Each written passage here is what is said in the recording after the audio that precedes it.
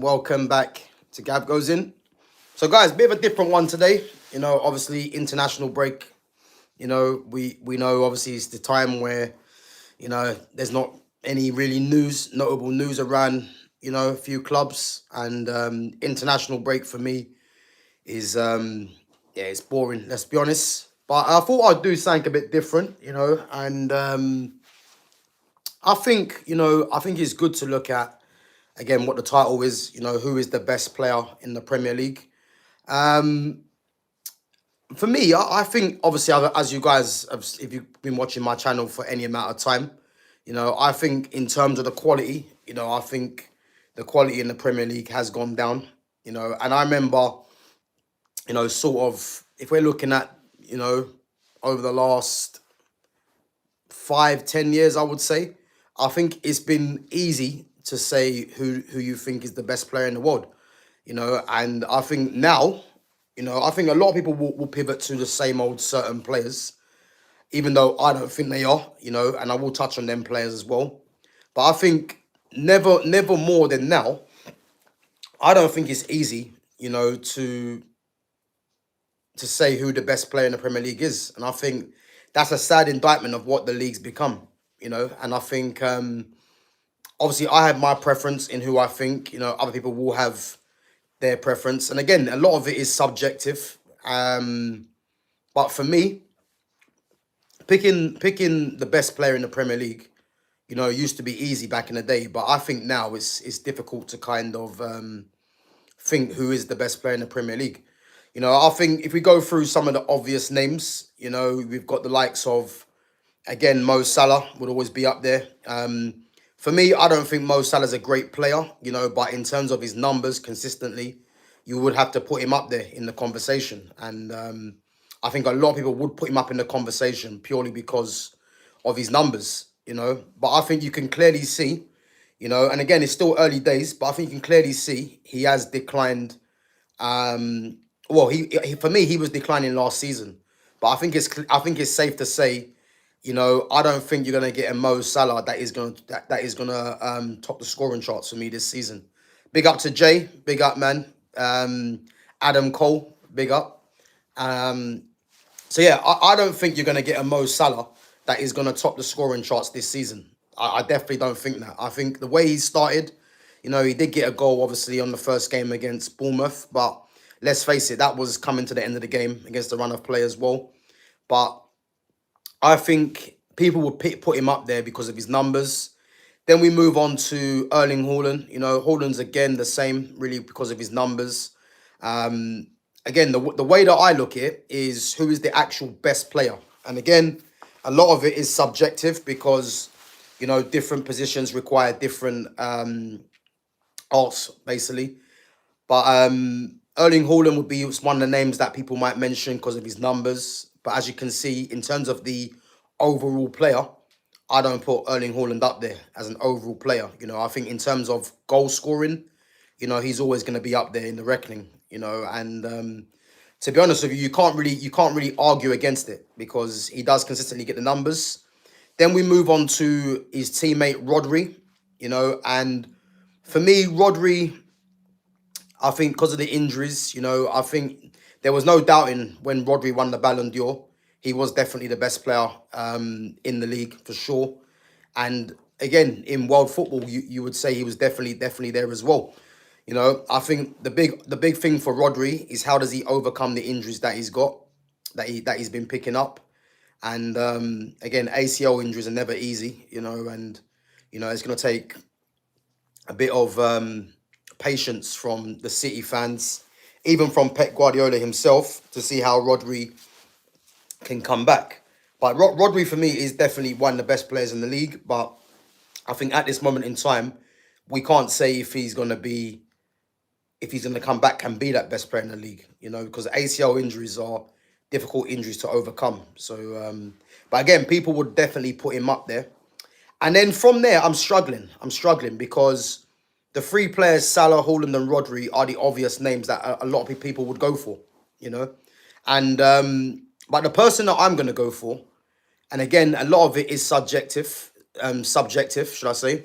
And again, you guys have seen the title, you've seen the thumbnail, and for me, I think the best player in the Premier League is probably Moises Caicedo. And again, for so many reasons, I'm gonna say it's Moises Caicedo because I look at Caicedo as a midfielder, and I don't think he has any weaknesses. And I think when you're a player and you have literally no weaknesses, then I think it's safe to say you are one of the best players in your position in the world, and definitely one of the best players in the league. And I think at this moment in time, if I'm looking at the three best midfielders in the world, again, there's only one that's coming from the Premiership, and that's Moises Caicedo.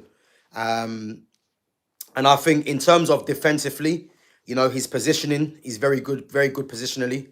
The way he patrols in front of the back four at Chelsea. Then you look at his tenacity as well. He's fairly strong. He's robust. In that midfield. His interceptions are very good as well. He can pass the ball. For someone that's not really known as well for his technicality, he can pass and he's got a decent shot on him as well. So I think in terms of midfielders, he's the most complete midfielder in the league right now. I don't see a midfielder in the Premier League for sure that is good defensively and offensively as well. So I would say he's probably a 8 out of 10 defensively and offensively. And again, you don't get many players in the world that are as good defensively as they are offensively. You know, so for me, he's an 8 in both areas, offensively and defensively, because again, defensively, I think he's probably slightly better, but offensively, he can slide through balls in, he can set up attacks as well. So yeah, I think we're looking at definitely the best player in the Premier League right now. And again, if a lot of you guys think it's other players, then be sure to put that in the chat. But for me, I can't look past Moises Caicedo. And I think when he was bought for, was it 100 and was it 115 million or something like he was bought for from Brighton? I think a lot of people would be turning their nose up and say, how come they spent that amount of money on him? I look at it right now, and I actually think that's a bargain for someone of that level. Big up to Not Brett May. Guys, I will get back to your comments and questions afterwards. But we're just discussing who is currently the best player in the Premier League. Again, if you guys have your own opinion, then make sure you put that in the chat. So yeah, I think if we're looking at 115 million for Moises Caicedo, I'd have to say that's an absolute bargain when you think about it now. Because what he's given to Chelsea already in a short space of time, big up to Chris and Mark, I think it's invaluable. I don't think there's a player in the world that can do what Kaisedo does. I don't think there is. I don't think he has literally any weaknesses. Not Brett May says Enzo is good. Yeah, Enzo for me is a decent player, but Enzo's not better than Kaisedo, and Enzo isn't for me in the top 3 best players in the league. I think if we're looking at overall in terms of all positions, I think Moises Caicedo's up there. And I'd have to say, again, when we're saying the best player in the league, it's not subjective to one position. It could be a defender. It could be a left back, right back, centre mid, winger, striker. I wouldn't put goalkeeper in there because it's a bit of a different ask. Big up to Daniela as well for coming through. Yeah, Daniela, I'm all good. I'm all good. And as Not Brett May just said, Van Dijk, he was the next person that I was going to say. So for me, I'm looking at Kaisedo and Van Dijk, and I think in their positions, you would have, I think personally, they're the two standouts for me. They're the two standouts in their position. Yeah, they're definitely the two standouts. I think Van Dijk for me, I think he is still the best defender in the world. I know he's dropped off. Big up to Barbara Joseph as well. I know he's dropped off, but I think in terms of consistency, the leadership that he has and what he gives to that Liverpool backline, I don't think you get that at any other club. I know a lot of people will say Saliba, Gabriel will be up there. I like Matthias de Ligt. I think de Ligt is one of the best defenders in the league. But I think Van Dijk, is the standout for me. And I think him and Caicedo, as I said, I don't think you get better than those two, you know. And as Stephen Moore says, Caicedo was not great in his first year, but he has certainly made up for it now. 100% agree. And I think with Caicedo, it was an adjustment, you know, because the way that Chelsea and Brighton play is very similar. You know, you would probably say that Brighton are on more of a footballing side, you know, and they ask more. They ask of the requirements of Kaisedo when he was playing in midfield is probably slightly different to what he's doing at Chelsea, you know.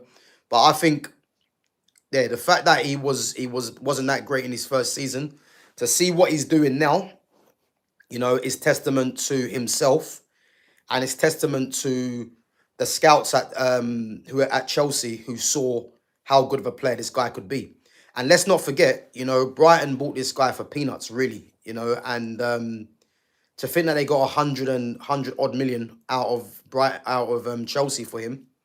As I said, it's a great deal for Brighton, but for me, it's a steal for Chelsea, for me, definitely, you know. And as I said, if I'm picking between Van Dijk and Caicedo, I can't really tear them apart. Imagine if you had both of them in the same team as well. I mean, let's not forget, Liverpool were looking at Caicedo before Chelsea came in and blew them out the water, really, you know. But I think, again, Cucurella, as not Brett May said, Cucurella is very underrated for me. You know, I think Cucurella, and again, some of you might agree with this. The only reason for me Cucurella is underrated is because, first and foremost, people look at his hair. Because I think if you look at his hair, people would assume he's not a serious left back. Yeah. And then people would look at his physicality and think he's someone that can be got at. For me, Cucurella is probably, I would go as far as say, he's probably the best left back in the league right now. Possibly the best left back in the league right now in terms of defensive and attacking wise, you know, because, you know, a lot of people would look at him and think, you know, a lot of wingers can give him trouble. But I don't think people realize just how good defensively and offensively he is. And again, that's testament to him. But would I say he's the best in the league? I wouldn't. As I said, I can't look past Caicedo and Van Dijk. As I said, Van Dijk, for me, in his prime, had no weaknesses. You know, I think he has definitely dropped off because of that injury. But again, in terms of his strength, you know, his reading of the game, his positioning, you know, the fact that he very rarely goes to ground, which is a sign of a good defender. His leadership is massive as well. He's a threat in both boxes in terms of defending and attacking. Again, he hasn't got the pace that he used to have, but he's still got a good change of pace. You know, he's technical off both feet, from striking the ball and from passing. So yeah, I think he's the number one defender in this league for sure, and again in the world still. And then again, Kaisedo, we've mentioned already, you know. So yeah, definitely, I think those two. And again, if you guys think there's other players, I know some of you have put in the chat already. Chief ERB says Henry. So we're looking at the best player in the league right now, currently. But Henry's obviously is for me probably the greatest ever. And again, I done possibly, I think, when was it? About 3 months ago, I would say. I actually done a stream, some live streams on the best striker, left winger, right winger, centre mid, centre back, goalkeeper. So if you guys get a chance, man, check that out. In some interesting stuff on there. Not Brett May reckons McAllister. Again, McAllister is a very good midfielder. You know, again, another player coming from Brighton.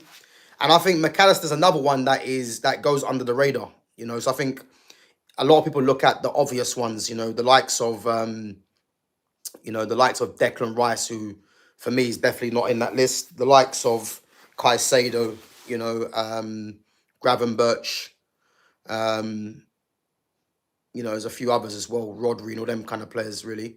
But I think McAllister is definitely one of the best midfielders in the league. You know, do I put him in my top 3? I don't, as the best players, but he's definitely one of them. I think in terms of the midfielders that Liverpool have now, between him and Gravenberch, that's a very good combination. And, you know, it's difficult to say who's the best out of those two, but they've got a very good balance in there with those two. Chief ERB says Anana. Chief Yabi says Salah. Yeah, again, we mentioned Salah. For me, Salah's not the best player in the league for me.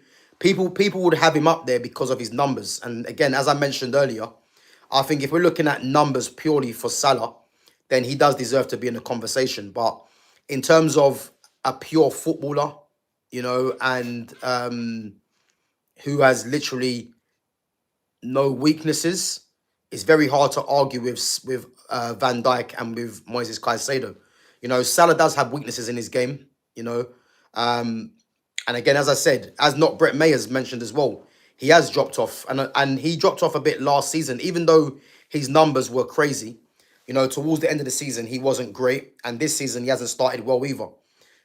So he isn't my bet for the best player in the league. He's not. Big up to Kloppanatic says Isak is the best. Again, Isak is someone, he could be argued for being up there. Yeah, I think he is definitely up there. In terms of strikers in this league, you'd possibly say as an all-round striker, he probably does edge it at the moment, as an all-round striker. So, yeah, I think he definitely does deserve to be in the conversation. But as I said, I think Kaisedo and Van Dijk, to get ahead of those two is difficult. So, but yeah, Isak does definitely deserve to be in there. And I think over the last couple of seasons for Isak, he has been very good. But again, his test is to, continue that and take Liverpool to another league title, which will be number 21. And again, make them a threat later on in the Champions League. And if he does that, then again, you'll be looking at someone that rightfully deserves that title of being the best player in the Premier League for sure. But I think, as I said, those two, I don't see anyone else in the league that is as crucial to their teams as Caicedo and Van Dijk for me.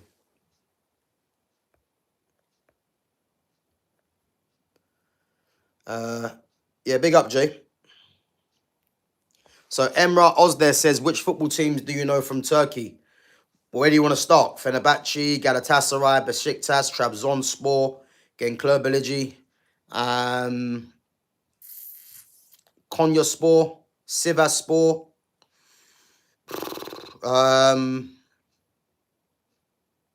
Adana Demirspor. Yeah, it's quite a few. Yeah, big up, man.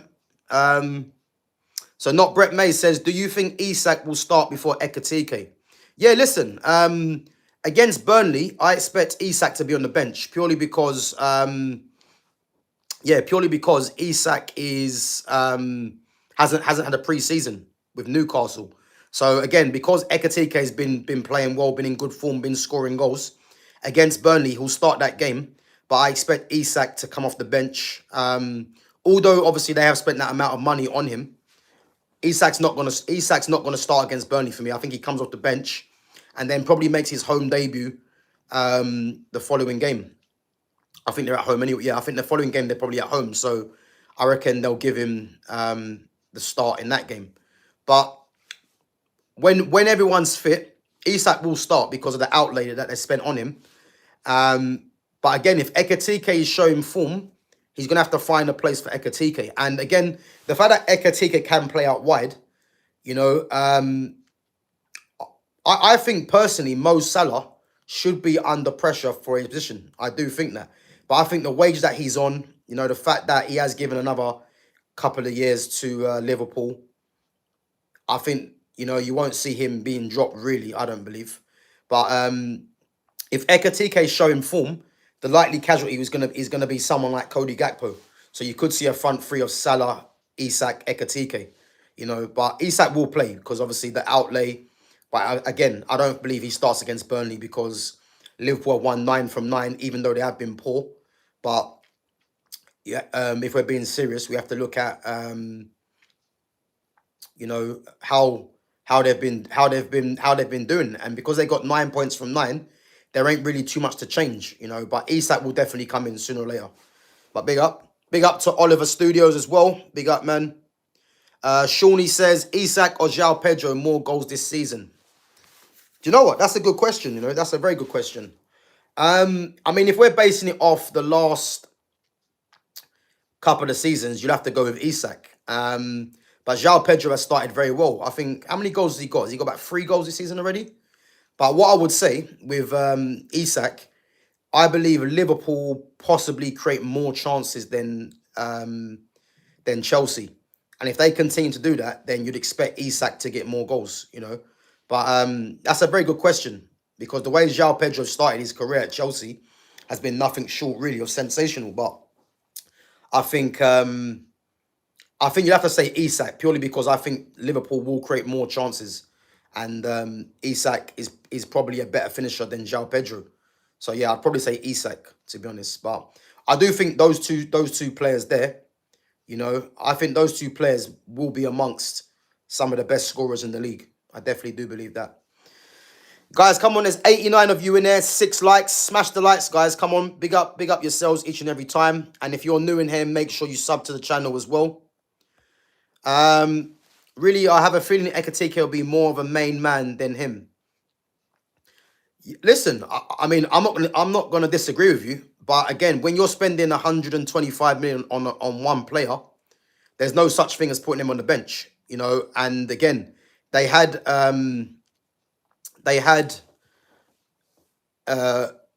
what's his name? They had Ekatike, you know, knowing that they still wanted Isak. So the fact that they've still made the outlay on Isak, even though they've got Ekatike, just tells you all you need to know, that Isak's going to play. So it's not a case whether Isak fits around Ekatike. Ekatike is going to have to fit around Isak. And that isn't to say Ekatike ain't a good player, because he is. But it's just the outlay that they've spent on Isak. So you're going to want to get more from your money. So yeah, as I said, Isak and Ekatike could play together. And the fact that Ekatike can play from the left as well just means that, you know, there's more opportunity to have both of them in the team. But again, they've got plenty of games this season. Champions League, the League, FA Cup, Carabao Cup. So both players will be getting game time. And of course, there will be injuries as well. So both of them will be getting game time. But Ekatike won't be the main man over Isak. He won't be. Purely because of how much Isak cost, you know. And he does look promising, man. He does. He started off very well. I think if we're looking at all the signings, he's been their best signing by an absolute mile so far, you know. So yeah. So King Chaos says Quenda next year. Yeah, you know what? I'm a big fan of. I'm a massive fan of Quenda. I think Quenda is going to be special. You know, the fact that Quenda's chosen Chelsea, you know, the way Chelsea play, he's going to be playing on the wing. You know, so I can see Chelsea's attack looking next season. Yeah, I can see their attack, and this is why as well. Them signing Bino Gittins and Garnacho is odd, because there's too many attackers, and Quenda's coming next season, and I think Quenda plays right wing, left-footed, inverted. Yeah, and if you look at the options they've got on that side, they've got because this is what I think they're gonna do. Yeah. I think they do next season Quenda and Pedro Neto as the 2 right wingers. The 2 10s will be Cole Palmer and William Esteval. The 2 left wingers, Bino Gittins and Garnacho. The 2 strikers, João Pedro and Liam Delap. I think that's how they're going to go with it next season. Again, Buonanotte that they've got from Brighton, again, is, I mean, and they've got Julio and Caicedo as well. You know what's actually weird, yeah? When those two came on the scene at Brighton, I said it wouldn't surprise me if Chelsea do some sort of deal for both them players. I can just see these are the kind of deals that Chelsea like to do. You know, South American players. I can just see that they would like to do that, yeah? The fact that Buonanotte is on loan, and again, it's just a loan deal, and it's one of them things where, it's one of them things where, it's one of them things where, you know, they're gonna, what is it? So I think they have is it not a first refusal, but they have the option to match a future bid from another team. And obviously, if you look at Enciso is at Strasbourg as well. You know, I think that's clever from both of them. And again, could they be two players coming in? You'd think not because they're stacked in them areas. Which is why I'm looking at Garnacho and Gittins as two signings, which are waste of signings when you've got so many attackers as it is anyway. But yeah, as I said, man, I think that's what they're going to do, have two for every position. And again, if you're looking at the likes of the Lap, who's injured, they've brought back Mark Gue as well from loan from Sunderland, who's a very good player. But yeah, Quenda coming in next season, man, that's going to make their attack frightening, even if it's not frightening now. Who knows? Maybe Pedro Neto might get moved out, which I highly doubt. But who knows? He could be the fall guy in this. You know, I do expect them to get rid of either Bino Gittins or Garnacho in the coming seasons, though. Anyway, because I just don't understand why they've made an outlay on both of them players. Emra says Edison came to Fenerbahce. Will he be successful? It depends what you mean by successful. Is he capable of being a goalkeeper that takes Fenerbahce to a Champions League? No. Is he capable of being a goalkeeper that takes them to a Turkish league title? Yeah, possibly. Why not? So it depends what you mean by being successful, you know? So Abid says, is it true that this goalkeeper for Man City will be brought to Fenerbahce? Yeah. So Edison's at Fenerbahce, which allowed them to go and get Gianluigi Donnarumma. So yeah. Big up to Paul Brady says, Isak will struggle, too much pressure and will definitely get injured. I don't think he struggles personally. I think Isak coming into this Liverpool team where, you know, they're going to be on the front foot on most games. You know, obviously he's used to the league as well. So for me, I don't think he struggles. I just think that it depends what the expectation is of Isak. I mean, what are people expecting? Again, if you're a Liverpool fan, let us know what you expect Isak to do. Because if it's a case of Isak getting 30 league goals, let's say, he's capable of doing that in this Liverpool team. Because he got 20 odd for Newcastle and they finished 5th. So he's definitely capable of getting 30 plus goals for a team that are rightfully so favourites for the league title right now. But if it's a case where can he take them to a league title and a Champions League? Again, he has it all to do, but he's definitely at a team where their targets will be that. So again, anyone can get an injury, but the pressure, I don't think he'll feel the pressure. I know it's a big price tag, but again, it's different. He's played in this league already, so he knows what this league's all about. And he's playing for one of the most dominant teams. So I don't think he struggles in that sense. Ekatike and Sobs have been amazing this season so far. They have so far. They have. Big up to Lumi Rain. Big up Lumi each and every time. Mark Simeon says Chelsea Manning. Chelsea Manning. That's ain't that I swear she's a talk show host or something like that. Yeah, big up to Luis Fabiano. Luis Fabiano, man, what a striker he was back in the day for Sevilla and Brazil. Says Cole Palmer. Yeah, listen, Cole Palmer for me, I would definitely put Cole Palmer up there. I think the reason I haven't put Cole Palmer there is because the two that I've picked in Kaisedo and Van Dijk, I think it's safe to say that those two players would get into every single Premier League fan, I would say's best 11. I'll be very surprised if every Premier League fan doesn't put those two in their best 11. So Kaisedo and Van Dijk, which is why the list to get in there is impossible for me. So yeah, Cole Palmer for me is definitely one of the best players in the league, no doubt. Definitely one of the best attackers. But is he in that bracket of Van Dijk and Kaisedo? I wouldn't say yet. Definitely.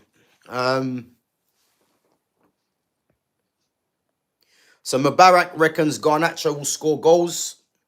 Well, he's got to start first because, again, I don't even think he's better than Bino Gittins. And I don't even rate Bino Gittins. So, yeah, we'll have to wait and see on that one. But Yeah, listen, it's an odd signing from Chelsea, but that's their problem now. I'm just glad that United, have got him at the club and got some money from him.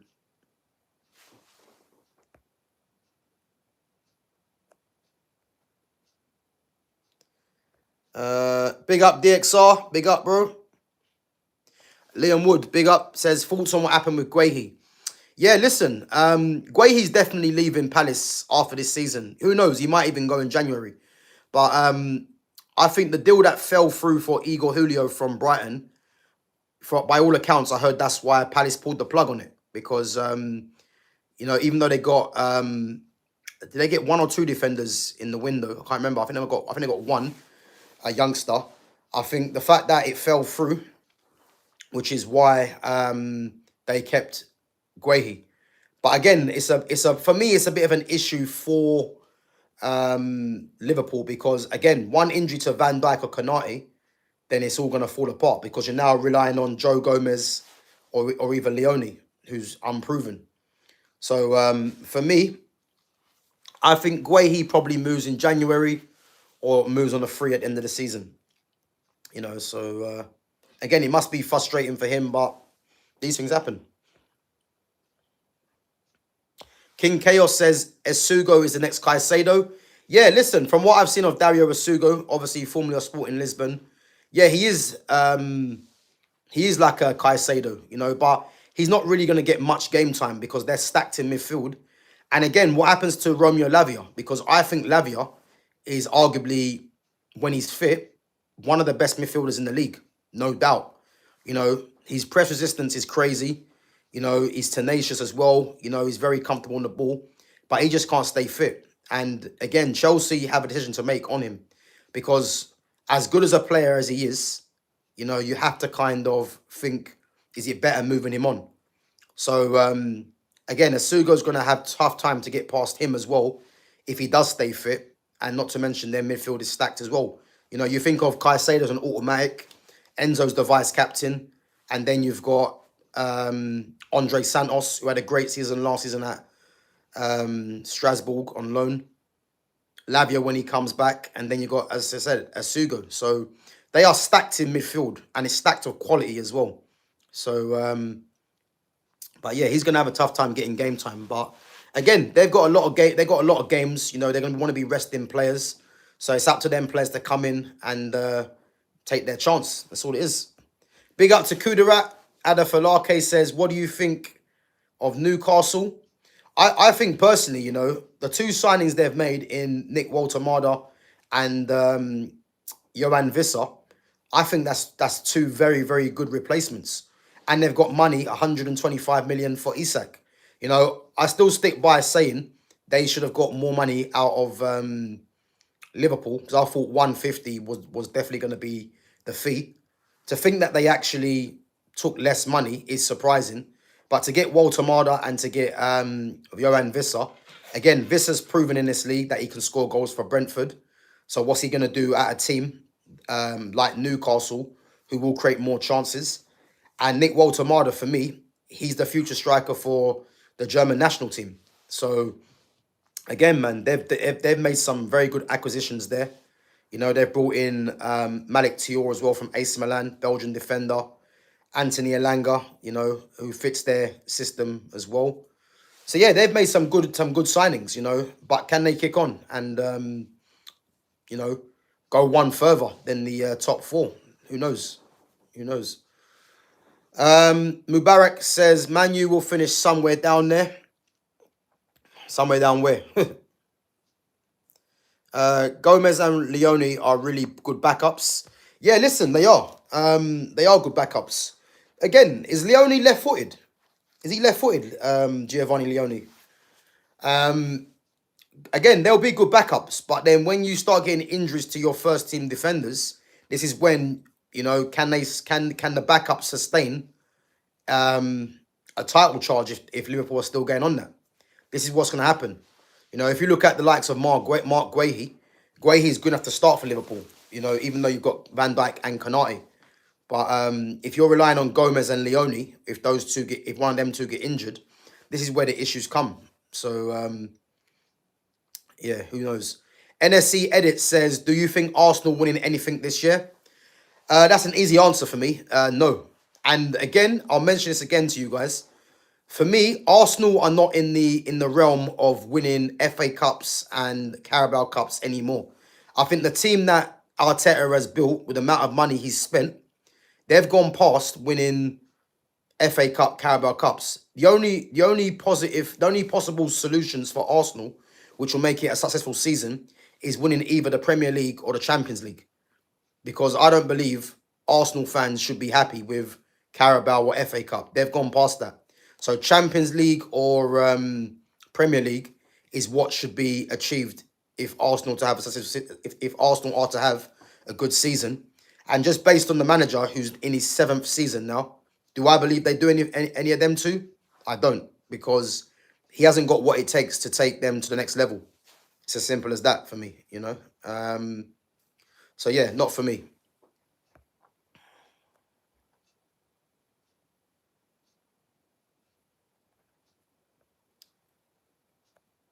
Yeah, listen, King Rios, I agree, man. Lavia's a top player, man. But yeah, he is read a Rizzler paper. I can't deny that, man. It's frustrating because, you know, I'm a fan of just football in general. You know, obviously my team's Man United, but I just love football in general. And the more better players that are on the pitch, that's what I want to see. And the fact that a talent like Lavia, you know, let's not forget this is a guy that come from Man City as well. The fact that he can't stay fit is a massive problem. So, yeah, it's annoying for me, man. But he's a top player, man, definitely. Kudarat says, what do you think of Spurs? I think under Thomas Frank, they're going to be all right, man. They've made some very good signings, you know. Kudos. Just brought Javi Simons in as well. João Palhinha is going to be an important signing. I look at João Palhinha, and he's basically the replacement for Pierre-Emile Højbjerg. He's a better player than Højbjerg for me anyway. So yeah, I think he's the replacement for Højbjerg, and again, he'll be important for them. But I look at the manager and their team as a whole, and I think they're gonna, again, they've got in Kolo Muani on loan as well.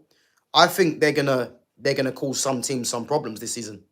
You know, I expect Spurs with their signings, their manager, and a team they already have. I expect Tottenham to be at least top 6 minimum. Minimum, I believe. So Shawnee says, which Prem team do you reckon will go further in the Champions League? It's a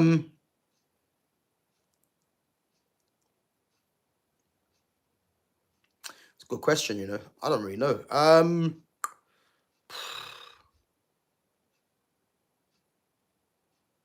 Do you know, that's a great question. Because I think the obvious would be Liverpool. But again, it depends what these teams are doing in the title race for me.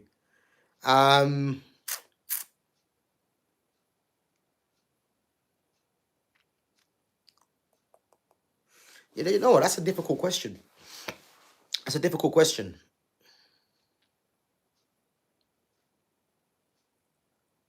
You know what? I'm gonna say Man City. I'm gonna say Man City. But again, that's difficult because I look at Liverpool, and Liverpool might be up there for the league and might take that eye off the ball a bit. I don't know. Chelsea, it's difficult. It's difficult to see what they're gonna do there. And then Arsenal. Yeah, I'm gonna say Man City, but that's a good question. Good question. Big up to A-League Edits. Yeah, listen, Vissa's a very good player. He is. I would have liked United to sign Vissa. You know, his combination with Mbuemo. But again, it's very obvious that United were going for younger players. So that's probably the reason why they didn't sign Vissa. But I think he's a good player. Lumi says, Gav, did you ever train with the senior side when you trained at the top clubs? No, listen, obviously I was in the academy. Obviously I trained with the older age groups a lot of the times, but yeah, no, I never trained with the first team. But when I'll tell you one of the things that I remember though is that when I was at Tottenham, I'm not sure if anyone remembers an ex-Tottenham player called Robbie Keane. Used to be at Tottenham striker, Irish. So I remember when I was playing for the older age group, I actually got in earlier. And as I came in, the first team were coming in to train. And as I said, I met Robbie Keane for the first time. And obviously in his stiff Irish accent, said to me, obviously asked my name, etc. And then I went to him, yeah, I'm just playing for the older age group today. It's my second game playing for them. And then he just said to me, you know, good luck. Make sure you give it your best shot, kind of thing. And then for about 5 minutes, we were just keeping the ball up, just me and Robbie Keane. And yeah, Robbie Keane, man, what a player he was at the time. And as I said, that's one of my great memories of obviously meeting a professional footballer in the first team at the club I was at. So yeah, if you guys are old enough to know, Robbie Keane, man, Irish striker, formerly of Liverpool as well, Tottenham, Coventry, I believe as well. I'm pretty sure he played abroad in Italy as well. But yeah, no, when he was at Tottenham, man, yeah, that was one of my memories for me. Leone's a top player. Liverpool just a VVD injury away from Arsenal easily winning the league. I agree. I think Van Dijk's key to stay fit for them. You know, if Kanate gets injured again, they'll miss his physicality and his pace. But I think Van Dijk's organisation is massive for Liverpool. So yeah. Big up to Sigma Mike says, Gav, what are you thinking about Sesko, Gav? Again, I have to be honest, you know, and I'm going to stick by this. Sesko wasn't the signing that I wanted United to make. The fact that he's come in and Rasmus Højlund's gone, again, it makes it more of a better signing for me. Look, if I'm looking at Sesko right now, do I think Sesko should be United's main striker? I don't. I think Joshua Zirkzee should be that. And then Sesko should be the option if it's not working, you know? Because I'm looking at the qualities that Zirkzee offers is going to be a better fit for the likes of Mbuemo, Cunha and Ahmed that can all play that position in this system if I'm looking at this at the moment. So, again, I do think Sesko has got something to bring to the club, definitely. And obviously, they've identified him for a while to know that he's got something. So, yeah, I'm more satisfied with the Sesko signing purely because Rasmus is out the door. Because he's a lot better than Rasmus Højlund. So, but again, I think Zirkzee should be the main striker and then Sesko should be backing him up, really. And then again, if it's not working with Zirkzee, then that's when you can bring Sesko on to try and change the game. And I'll be happy with that.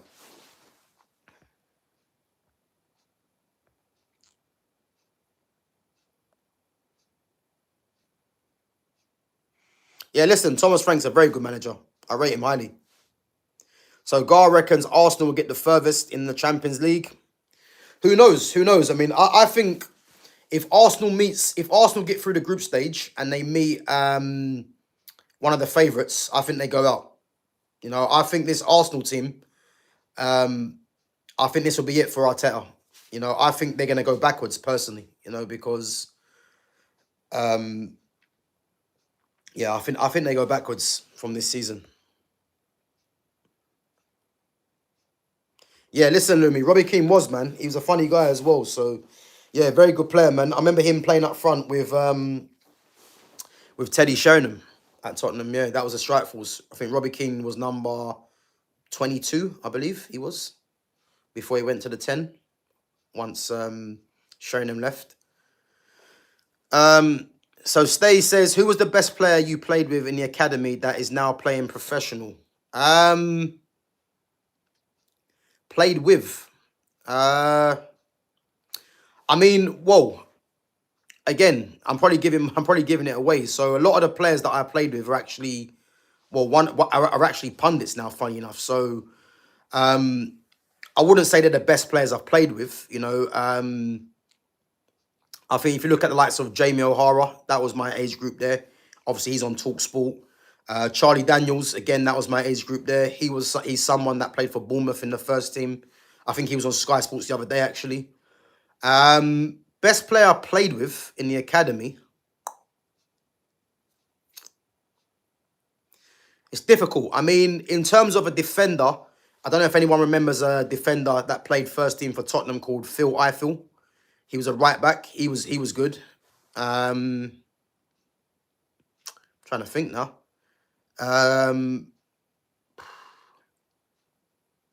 I think it's easy to say who I played against.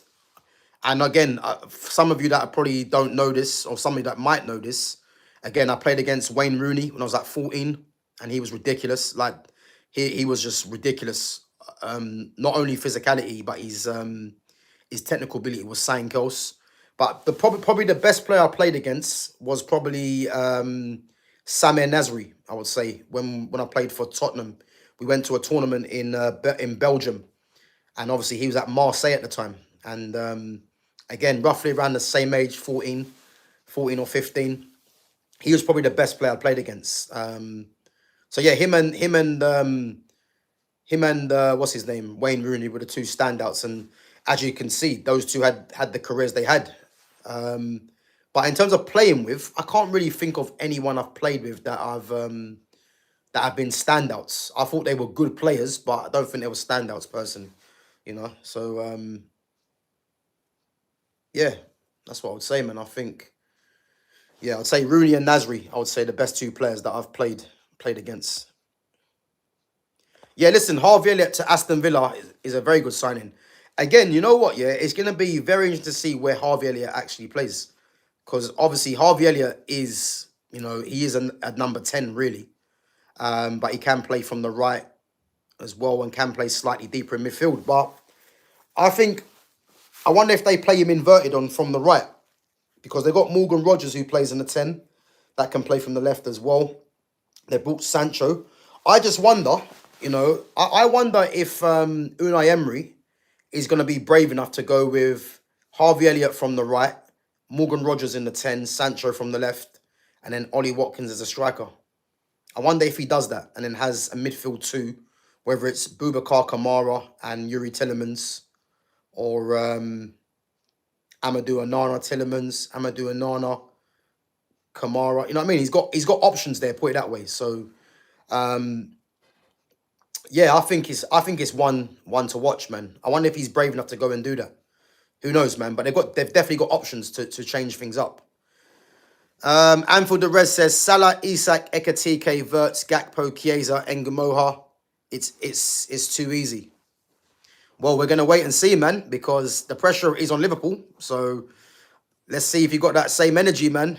If things start going wrong, but yeah, definitely they'll be the favourites, man, no doubt. Yeah, I like Harvey Elliott. Elliott's a very good player, man. He is. Again, someone that made his debut for Fulham at 15. Was one of the youngest ever players in the Premier League. Obviously, that title's been taken by Max Dowman. Is it Max Dowman? Is that youngest ever player? I think Max Dowman might be the youngest ever player in the Premier League now. Yeah, I think he's taken that title.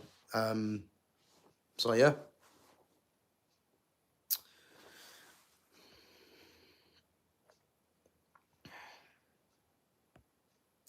Yeah, listen, Lumi, you're not wrong, man. I hate international break as well. But listen, let's just hope, man. Let's hope Man United are injury free for one, and let's hope it just goes around quick. Put it that way.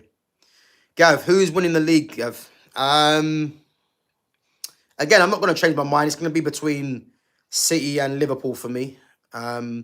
Although, I think this could be the first season where there could be some surprise teams that actually get into certain positions in the league.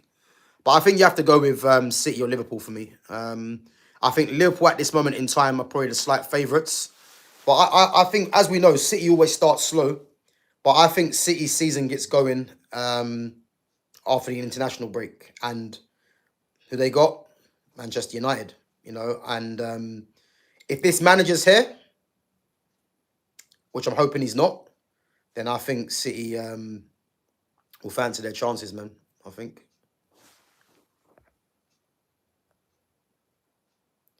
Yeah, that's it. Yeah, big up to Paul, man. Yeah. Robbie Kim's at Leeds as well. And that Leeds team was ridiculous, man. If you remember that Leeds team when they had the likes of, was it Mark Viduka, Woodgate, obviously he was to be at Real Madrid. Was it Ian Hart? Who else? They had some good players there, man.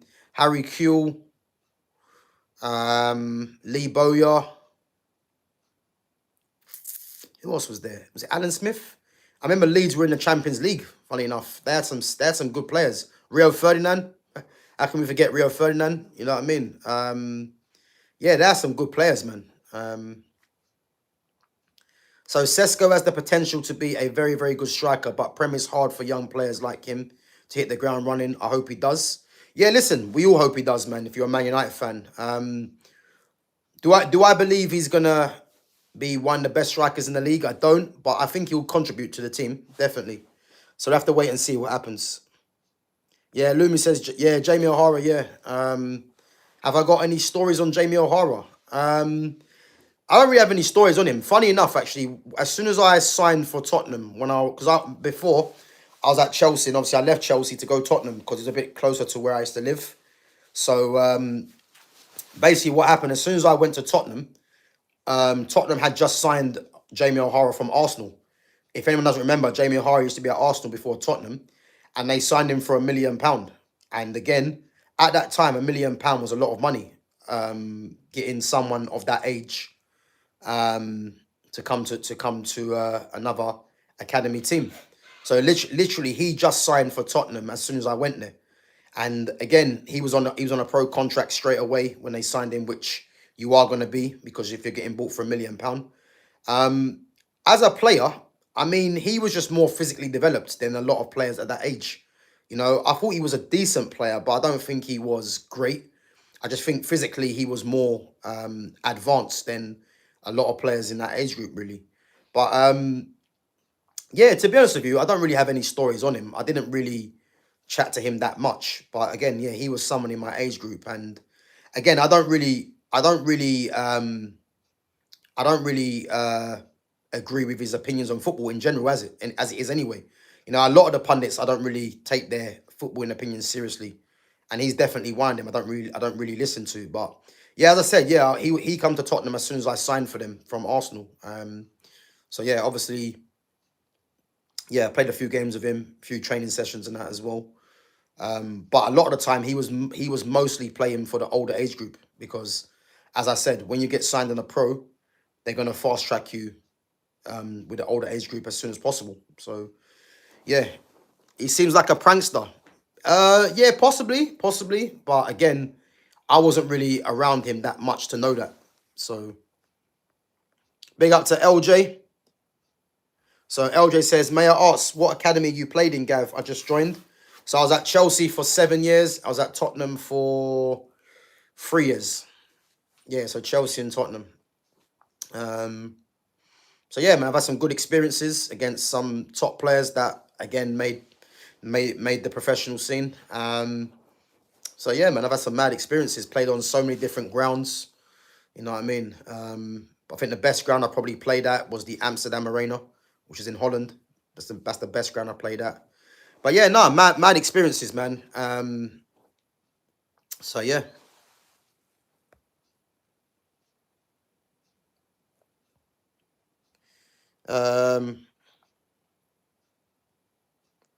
So Ahmad says, for me, Petr Cech is the best player in the Premier League era. Again, we're not talking about goalkeepers. It's the best player. So Kaisedo and Virgil van Dijk for me are the top two currently. King Chaos says, thoughts on Mainu. If I was a United fan, I would be furious if he left in any capacity. He's potentially a future England captain, great little player. England captain, I'm not too sure about that. I don't think Kobe is that kind of mentality in terms of being a leader like that. But in terms of Mainu leaving Man United, and I'm going to say this again, Kobe Mainu was never leaving Manchester United. If you look at what's happened with Kobe Mainu, and by all accounts, you know, Jim Ratcliffe and Jason Wilcox intervened when Kobe Mainu wanted to leave. So that tells you a lot, yeah? Now, if you look at Kobe Mainu, him and his team, you know, they know what they're doing. So Ruben Amorim doesn't rate Kobe Mainu as highly as a lot of fans rate Kobe Mainu. For me, this system kills Kobe Mainu, and I've been saying it for a little while now. And the manager sees Bruno Fernandes as the ball player in midfield. And again, you can't play Bruno and Kobe together in the midfield too. in this system. Yeah, they're better in a free. So the thing is, the manager clearly doesn't rate Kobe Minu, and Kobe's aware of that, which is why he was pushing. Again, you got to think of the World Cup coming up. You know, as long as Kobe's here under this manager, Kobe's not going to be getting as much game time as he should be getting, because Bruno's going to play every minute of every game under this manager. And again, when you've got Bruno in that midfield, you can only possibly play Ugarte or Casemiro next to him. Now, Ugarte's cost 60 million, even though he's shit, and Casemiro's on 350. So you got to justify getting those two into the team, either one of them two alongside Bruno, which means Kobe is obviously going to be the one that's going to be the fall guy in the situation. Now, what I believe Kobe and his team did is that they know United are never going to sell Kobe because he's come through the youth. And again, he was never going to be loaned out. So what they're doing, him and his team, are purely putting pressure onto Ineos to act on this manager. And this is what I'm trying to say to you guys. This international break, I don't expect the manager to last. You know, I don't expect it, because the fact that this club, or the fact that Amorim was trying to chase Conor Gallagher is an absolute disgrace. And again, that would have been another player, that would have been another player in the mold of Mason Mount, Bruno Fernandes, someone that has high energy. And I'm sick and tired of seeing this team play in that way. So the fact that Ineos actually blocked that move tells you that they're not planning for the long term with this manager, and rightfully so. So, as I said, I think it was more of a ploy to put pressure on Ineos to make a decision on this manager. So I believe this manager goes in the international break. I still believe that. There's still 2 weeks left to go. And even if he somehow survives the international break and makes it to Man City or Chelsea, I believe he gets sacked in either one of them games if he does make it. So, and I think the fact that Kobe and his team are unhappy at what's been going on is part of the reason why he was angling for a move. So, again, yeah, Kobe should be playing, but in this system, you're not going to get the best out of him, which is why 4-3-3, 4-2-3-1 is better suited to his capabilities for me. Yeah, listen, LJ, Viduka was class, man. If anyone remembers Mark Viduka, Australian striker, man, he was ridiculous, you know. Underrated striker, man, I'm telling you. Guys, come on, 36 of you in there, 19 likes. Let's smash the like button, guys.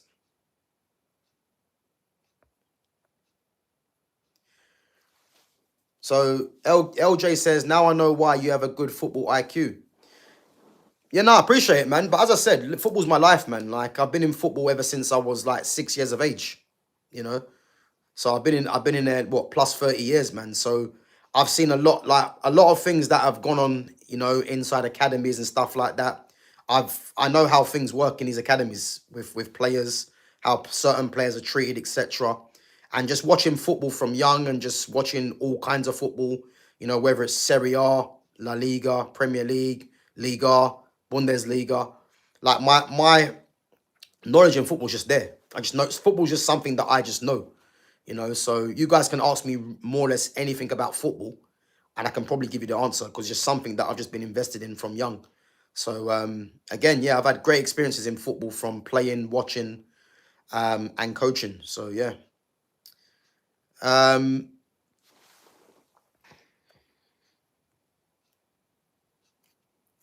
Yeah, listen, LJ, Amarim and Bruno together are a massive problem for this club.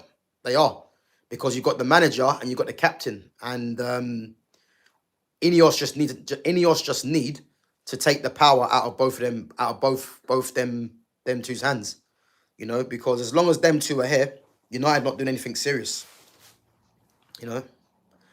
Ahmad says, Kaisedo versus Kante. Who are you going to choose, Gav? Great question. I would choose Kaisedo, and I'll tell you why, yeah? Because I believe Kaisedo can do exactly what Kante can do, but Kaisedo's a better footballer.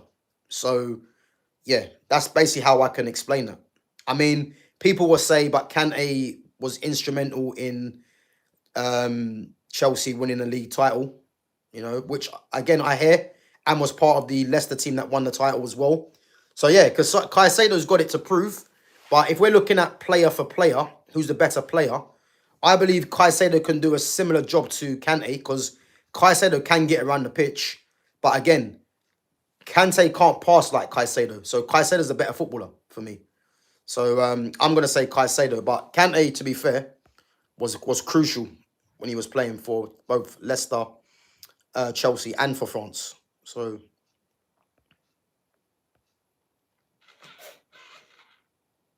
Big up to me says, no bias, the best player in the Prem is Salah. He's been great for 8 years and terrorizes my club. But from a bias side, it's Euro. Yeah, big up to me, man. I highly disagree with that. I highly disagree that Salah's the best player. And as I mentioned earlier, I think a lot of people put Salah because of his numbers. But as an actual footballer, he's not in the top 3 for me. But again, he deserves to be in the conversation because his numbers have been consistent throughout the years. But again, it's important to know what the basis for it is, because a lot of these things are subjective.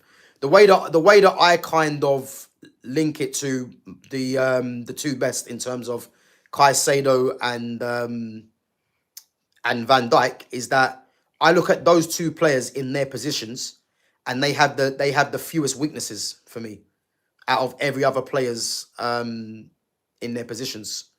You know, there might be a few others, but I look at those two as the standouts because I think if you take out those two players from their team, I think their teams drastically are worse. So that's how I kind of look at it, really, you know.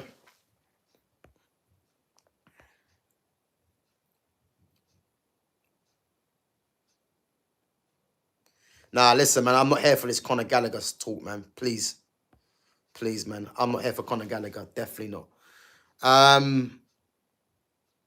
King Chaos says, if Wesley Fofana is fit, he's clearly our best centre-back, so he still has a bit to go to be captain of Chelsea, then England. Yeah, King Chaos, man, I definitely agree with that. Wesley Fofana, for me, I think if he does stay fit, you know, he is your best central defender. I don't really rate Levi Colwill, personally. You know, I don't rate Levi Colwill. I think Colwill's massively overrated. And I think a lot of fans rate him because he's come through the youth. And a lot of fans do this. I don't think Colwill's that good, personally, you know. If I'm looking at England's centre-back, if the England's central defenders, Colwill nowhere starts for me, really. I think what Colwill has on his side is that he's left-footed. And again, left-footers are a rarity, especially with centre-backs. And again, they add the balance because a lot of defenders or a lot of players in general are actually right-footed. So I think this is why Colwill is probably hyped up more than what he should be. But if I'm looking at England's central defenders, Ezri Konsa's better than Colwill. Mark Guehi's better than Colwill. Even John Stones, who's been injury-prone, is better than Colwill. Who else is there?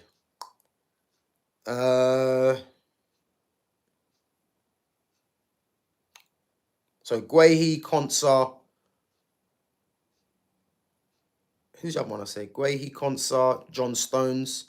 Yeah, them three are better than him for me. I think there might be a few. I can't remember if there's a few others, but I'll definitely say they're ahead for me. And yeah, he is improving, but just because you're improving, that don't mean you're the best centre-back or you should be England captain. No way. No way. Is Maguire better? I mean, you could say Maguire's probably better than him as well, you know. You know, does he have the potential to be better than Maguire? Probably, but I think Maguire's probably better than him, you would say.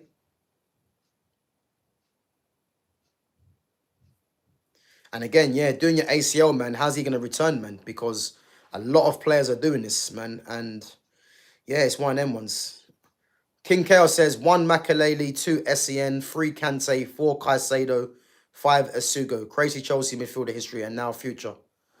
Do you know what? Yeah, listen, man, you can't disagree with that, really. I mean, I wouldn't say in terms of the best in that order.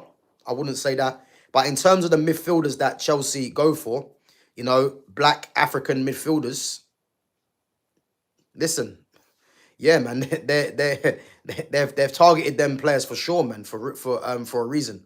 So yeah, I do think Chelsea have always invested heavily in their midfield, man. So and yeah, as I said, Caicedo is the latest one, and Asuga could be the future. but you got Andre Santos, Enzo as well. But Chelsea always make a big outlay on their central midfielders. You know, so you have to rate it, man. You do have to rate it.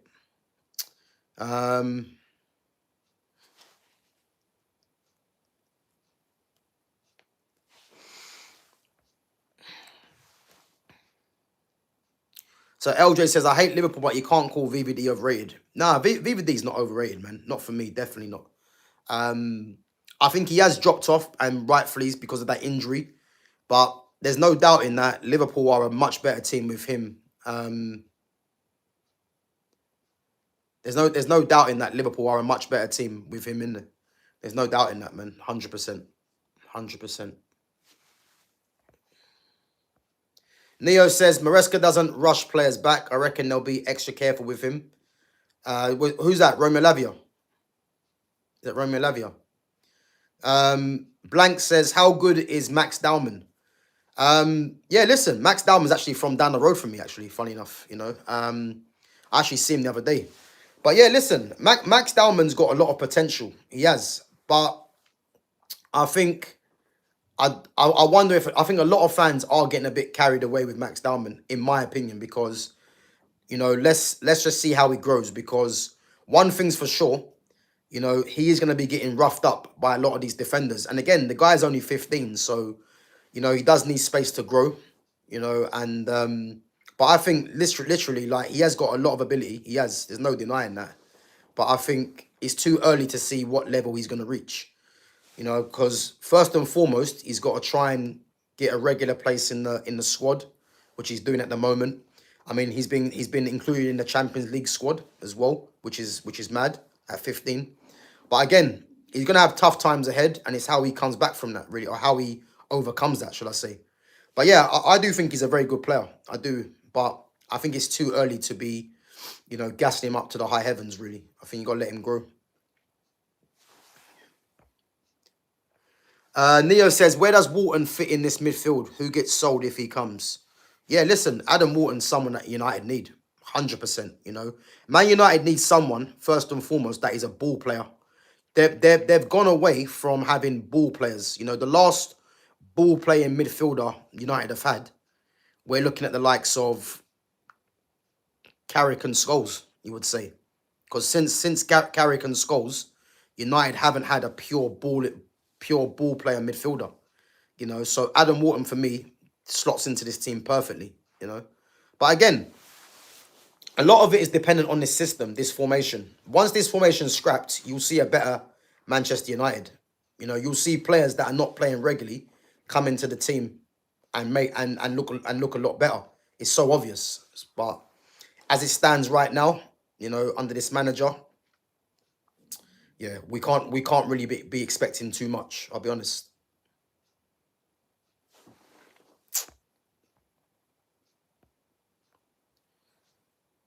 So Lumi says, Cole Palmer's injury worse than first feared, could be out for 2 to 3 months. Lumi, if you've got the comments on that, if that's confirmed, then put that in the chat, because I've not heard that. And if that is the case, then yeah, that's a big one for Chelsea. But again, they've got numbers. So this is where the likes of Esteval needs to kind of step up and show who he is. But yeah, if you've got confirmation of that, put that in the chat.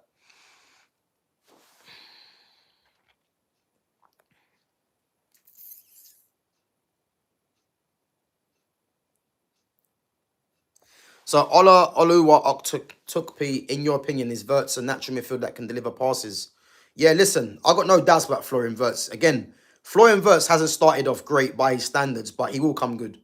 You know, Florian Wirtz is just a pure number 10. You know, it's a pure number 10.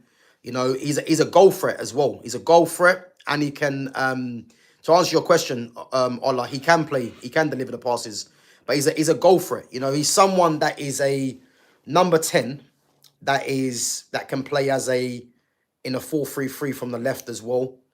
In a 3 at the back, can play from the left. But yeah, he's a pure number 10, man. So I have no doubt that he will come good. The only issue you would say about Florian Wirtz is that, again, the physicality might become a problem because he's not a physical player, and you're going to see other teams try and target him and put some crunching challenges on him, let's say. But what I would say is because he's going to be playing for a team that you would expect to dominate the ball 9 times out of 10 more than majority of teams in this league. If he's always on the ball, he's going to make things happen. And again, you'd expect him to not receive too much physicality in that sense. But yeah, I've got faith in Wirtz. Wirtz is a top player, man. He's a top player. I think the way he can find the spaces in between the lines, in when he's playing behind the striker, is good. I think away from home, they might need to free him up a bit and not play him away from home in that 10 where it's going to be, a lot of traffic in there. So they might want to go with a different midfield and play him from a wide position. But I think he's gonna be fine, man. Definitely, I've got no doubts about him that he's gonna prove his worth. So yeah, Max and Wanieri will be like Fatty. Listen, Ansu Fati is. I'm just hoping Ansu Fati can rediscover the form and the confidence at Monaco. Because again, Fati was the. There's a reason why he was given that number 10 shirt. He was doing what Yamal's doing now. Obviously, Yamal's taking it on another level. But Fati was that player. So if Dalman and Wanieri end up like Ansu Fati, let's not forget Ansu Fati has, got a few injuries as well. But I think Arteta is going to ruin both Max Dalman and Wanieri because, again, they're two players that, they need freedom. And this manager's not going to give them the freedom, unfortunately. So we'll have to wait and see how it works, man. But for sure, as I mentioned to you guys before about Wanieri, the fact that he's signed a new contract is confusing because he's arguably now last in the pecking order. Because the fact that Eze's come there now, Odegaard, Eze are ahead of him in the number 10 position. Not to mention if Kai Havertz comes back, he can play there as well. On the right-hand side, the fact that Arteta brought on Max Dalman means that he's now behind Dalman in the pecking order on that right-hand side. Then you've got Saka, who's an automatic starter. Madueke, who's cost 52 million. The left-hand side, you've got Martinelli, who's on 190 or 180. Trossard, who's signed a new contract. Eze, who can play out there as well. So, yeah, he's actually last option now, which is crazy why he was signing a new contract.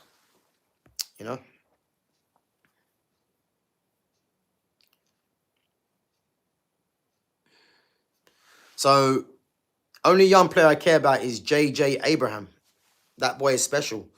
I think you mean JJ Gabriel, me.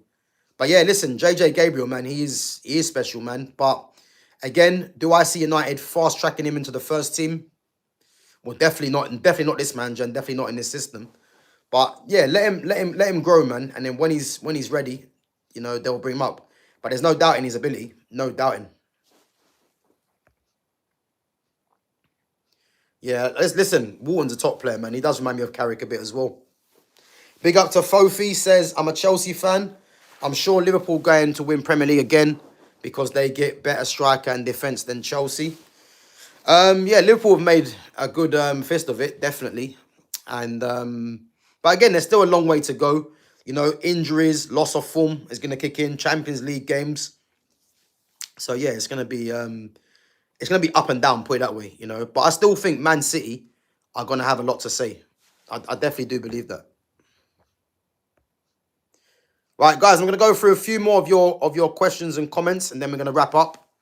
And again, guys, I'm not live tonight, and I won't be live tomorrow morning, I don't think, either. So obviously I'm away for a long weekend, and but I will try and do a stream out there. I might try and do one tomorrow morning, but I'm not guaranteeing it. So yeah. But yeah, big up yourselves. Yeah, I think the lap's out for... I heard the lap might be out for, I think, 2 months. I think he's out for 2 months. Yeah, 8 weeks, I think. It's on the physio room. Okay, I'll check that out. So King Chaos says, football is more about running than skill. Everybody has to be able to do 13k a game, making all these players get bad injuries. This state of injuries was never this bad in the past. But again, King Chaos, this is the problem in football because the game's called football. So when you're getting players that are doing more running than anything else, it shows you the game's gone. Because if I was to mention some players to you, the likes of Matt Letizia, yeah, Matt Letizia never ran 13k, but the guy had pure ability, and the fact that the game's gone to players running 13k just shows you now why football's shit, because it's gone away from it. But basically, it's gone away from having to be really good. That's what it is. You know, you look at someone like a Mason Mount, for instance. Yeah, he's someone that suits this system of this era of football. You know, because you haven't really got to be very good. You just got to be able to run around a bit and be decent at a lot of things, and that's why football's gone now for me. So, but hopefully football can return to what I remember it being. But the fact that players are running 13k a game is the problem, because that should never be the case. You know, I'd much rather see players run less and show more quality, because again, football's an entertainment game, and to be honest with you, you very rarely get entertainment, especially in this league. You know, this is why I like Lamine Yamal, right? Watching Lamine Yamal, because he's entertaining to watch, just like Kvaratskhelia. You know, players like that. Players that are playing now, the likes of Kvaratskhelia and Yamal, these guys are entertaining to watch. But you don't really get too many players like that no more, because the game's become very, very system-based, you know? So Neo thinks Cunha's the best player in the league. Yeah, listen, fair enough, man. Cunha definitely, for me, is definitely up there. I wouldn't say he's the best player in the league, but he's definitely up there. I think in terms of Mavericks, he's probably the number one Maverick, along with the likes of Jack Grealish and like a Cole Palmer. Like, them players are like Mavericks, you know. So he's definitely one of them. I definitely agree with that. From what I'm hearing of Cunha, I don't think he's out for that long. You know, I don't think it's as bad as first feared. So I think he might be back for the Manchester derby. And let's hope he is, because United are going to need him.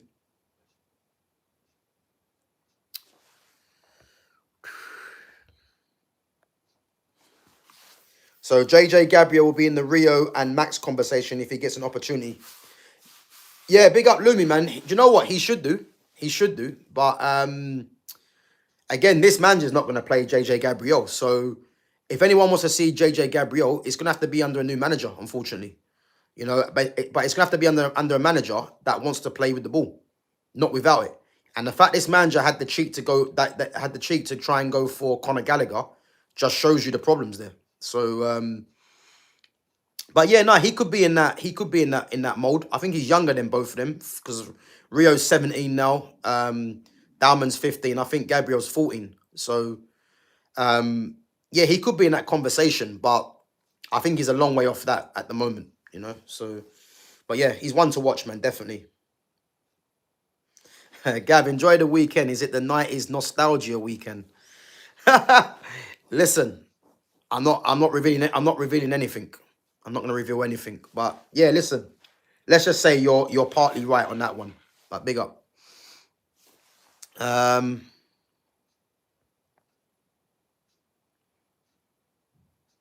Listen, Lumi, I'm not doing this Mason Mount revisionism. I'm not doing it again. We know you love Mount. Yeah, let's leave it at that. Because when you're saying Mount's got tech too, I'm not saying he hasn't, but he shouldn't be at this club, and he shouldn't be starting games for Manchester United. Maybe you want to take him at your club. You know, talk to Arteta and get him to put a bid in, man, or something. No worries, Jay, man. Big up. Oh, Wacker's back. Wacker, you're back, man. Where was you? Where was you when your team got beat, man? Wacker, I remember you saying, you know, David Raya, you know, is the next coming of Buffon. I remember you saying Saliba's going to be better than Marcel Desailly. You know, Calafiori can be better than Paolo Maldini. Declan Rice is the best midfielder in the world. You know, could be the next coming of Sergio Busquets. You know, I remember you saying all this. Odegaard's the best number 10 in the history of the game. You know, better than Ozil, better than Zidane and Ronaldinho.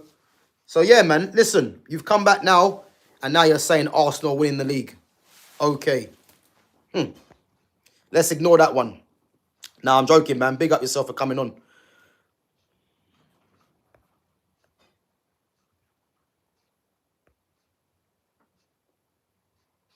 Yeah, big up to Wyatt, man. Listen, for me, definitely the best all-round player in the Premier League, man. As I said, for me, having a player for me that is 8 out of 10 defensively and offensively is kind of unheard of, really, because you either get one or the other. But I think he's just as good defensively as he is offensively, because he does set up a lot of attacks for Chelsea, and he's a defensive monster as well. So I don't think there's a player in the world that is as complete offensively and defensively like Kaisedo. I don't think there is. So yeah, big up Chris and Mark, man. Big up. But guys, listen up. Big up yourselves for coming through each and every time. As I said, there's 22 likes, guys, and there's 50 of you in there. So if you haven't smashed the like button, make sure you smash the like button and help the channel to grow. It's much appreciated. And again, if you're new in here, make sure you sub to the channel as well, guys. So as I said, I'm not going to be back later tonight. I might be back tomorrow morning, but I highly doubt it. But again, I will be giving you guys a stream on Saturday. So some content on Saturday. So as I said, look out for Saturday's content. So yeah, I'll definitely be giving you guys some content then. And as I said, guys, make sure you check out all my other content as well. Check out my posts. Make sure you're voting on the posts as well. And as I said, it's much appreciated. Gav, stock up on the Pepsi Cherry. Hey, listen, don't worry, man. I've got that sorted out already. Don't you worry about that. So yeah, as I said, man. Yeah, much appreciated you guys coming on supporting the channel. And as always, as I said, make sure you're smashing that like button and subbing to the channel. And guys, most importantly, make sure you share this channel as well. So again, if you guys are on your socials, make sure you share this channel out to others as well to give it more traction. So as I said, this channel's growing rapidly. And obviously, again, it's thanks to you guys for tuning in all the time and making the streams what it is as well. So yeah, much appreciation to you guys. So as I said, I'm going to be off for a long weekend, and so yeah, obviously I'll definitely try and get some content out to you guys on a Saturday. So yeah, keep an eye on that, guys. Also as well, I might have something dropping hopefully today. I'll find out today. So I'm just waiting on something. So obviously I had a sit down podcast with someone. So I think the second part might be coming out. So I'm waiting for him to send it over to me. So as soon as he does, obviously I'll put that on my channel. So make sure you guys give that a watch. And guys, also as well, I'm gonna do possibly on Saturday. I would say, yeah, on Saturday, I'm gonna do another live workout, guys. So I'm gonna do like a live circuit training session with one of my guys. So yeah, I'll be doing like a live stream for that as well. So yeah, make sure you guys are keeping an eye on the notifications and that as well. So it's not gonna be J Avalanche this time. So it'll be one of my other guys, at Your Boy Truance. So if you guys get a chance to check him out on Twitch, make sure you go and check him out. And as I said, yeah, we're gonna be doing a live fitness stream on Saturday. Not sure what time yet, but again, make sure you guys have your notifications on and you're keeping an eye out for that one. So yeah, it'll be good, man. It'll be good. So yeah, guys, big up yourselves each and every time. Big up to all the mods. Big up to all the newcomers as well. And as I said, guys, I'll catch you guys in a bit. Take it easy.